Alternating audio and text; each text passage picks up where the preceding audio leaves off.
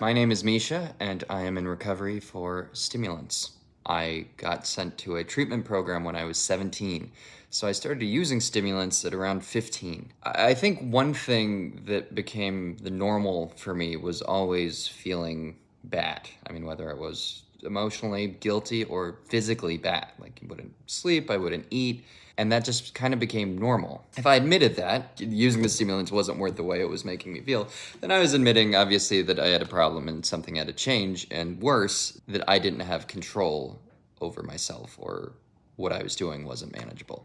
I got into a bit of legal trouble when I was younger, and the court order was that I go to a treatment program.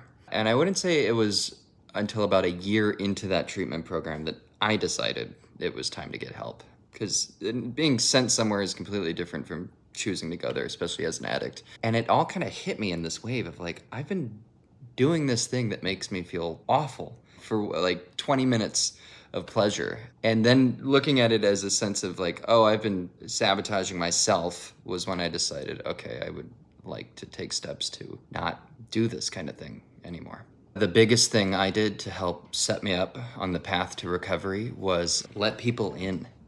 I was so set on not being told what to do, even to my detriment. Your connection with other people and talking and allowing people to understand you and allowing yourself to be understood. Really making connections with people and allowing the idea that I was worthy or could be cared about by someone that wasn't necessarily related to me was how I was able to stick to being in recovery in the first place. And as long as you're open to feeling things, good or bad, regardless of how intense they are, instead of running away from those things, experiencing them, there's such a depth to life and existence that if you allow yourself to feel those things, things can get so much better.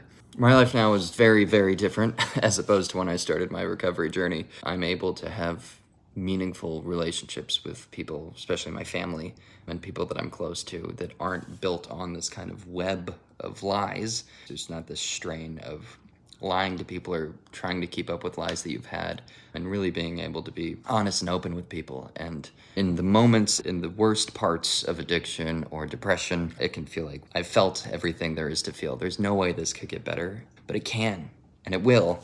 You just have to hold out, and you have to let it, and you have to take one step at a time, take it 1 minute at a time, whether that's getting out of bed or just not doing drugs for 30 minutes.